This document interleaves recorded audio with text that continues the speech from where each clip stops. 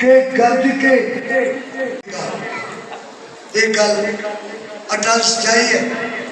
आज भी एयरपोर्ट ਅੱਜ ਆਪ ਜੀ ਦੇਖ ਰਹੇ ਹੋ ਹਰ ਸਾਲ ਦੀ ਤਰ੍ਹਾਂ ਡੇਰਾ ਸੰਤਪੁਰਾ ਨਗਾਲੀ ਸਾਹਿਬ ਜੋ ਖਾਲਸੇ ਦਾ ਸਾਜਨਾ ਦਿਵਸ ਹੈ, ਖਾਲਸੇ ਦਾ ਸਿਰਜਣਾ ਦਿਵਸ, ਵਿਸਾਖੀ, ਕਈ ਦਕਬ ਦਿੱਤੇ ਗਏ ਨੇ, ਕਈ ਨਾਮ ਦਿੱਤੇ ਗਏ ਨੇ।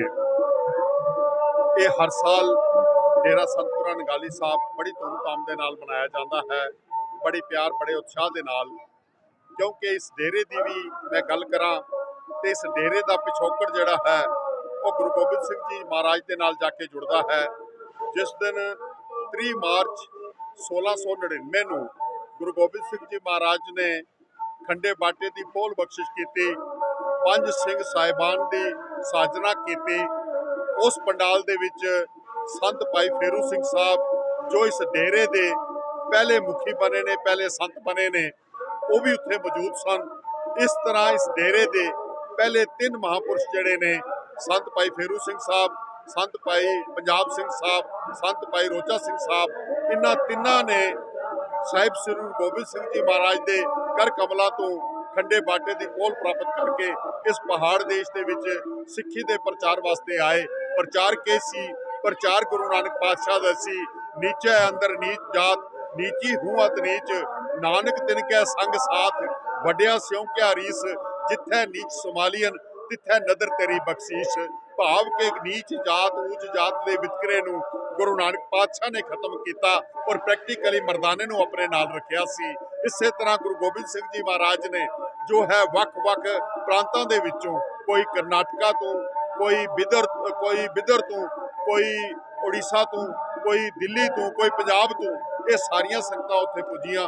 उन्हां दे विचों 5 जिहड़े नितरे ने जिन्हां दा इम्तिहान लिया गया बाकायदा, वो जो नितरे ने उन्हां नूं खंडे बाटे दी पोल दे के 5 सिंह सजाए गए, 5 दा खिताब दिता गया, 5 प्यारियां दा खिताब दिता गया। गुरु गोबिंद सिंह जी महाराज ने उन्होंने गले नाल लाया और फिर आप वाह वाह गोबिंद सिंह आपे गुरचेला। गुरु गोबिंद सिंह जी महाराज आप वीर आसन दे विच बैठ के हथ जोड़ के उन्हां दे पासों जो है खंडे बाटे की पोल प्राप्त की और गोबिंद राय तो गोबिंद सिंह सज्जे ने। ये जो परंपरा है अज भी ये डेरा निभा रहा है। अज भी ये डेरा जोड़ा है देशों विदेशों के विच जाके, वख-वख प्रांतां दे विच जाके जो है खंडे बाटे की पोल बख्श के जो संगतां नूं एक बानी अते बाने दे नाल जोड़ रहे ने।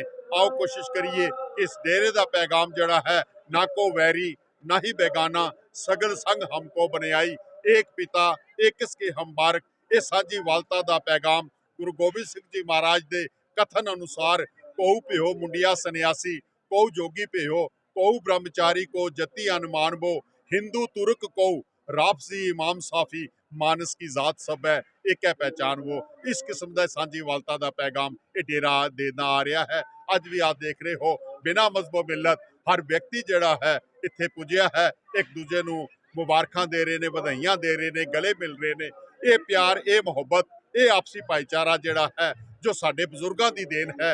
असी कोशिश करिए कि सानिया आने वाली नस्लां इस सब तो कीमती विरसे नूं बचा के रखिए और उस अकाल पुरख वाहिगुरू की बंदगी दे विच लीन होके असी एको रस्ता अपनाइए, एक पिता एक इसके हम बारक। मैं एक बार फिर इत्थे दी एडमिनिस्ट्रेशन समुची संगत का बहुत बहुत धन्यवाद करता हाँ, बधाई देंदा हाँ जिन्हां लोगों ने सारा सहयोग दे के इस प्रोग्राम को कामयाब किया। एक बार फिर सारिਆਂ ਦਾ बहुत बहुत धन्यवाद। वाहिगुरू जी का खालसा, वाहिगुरू जी की फतेह।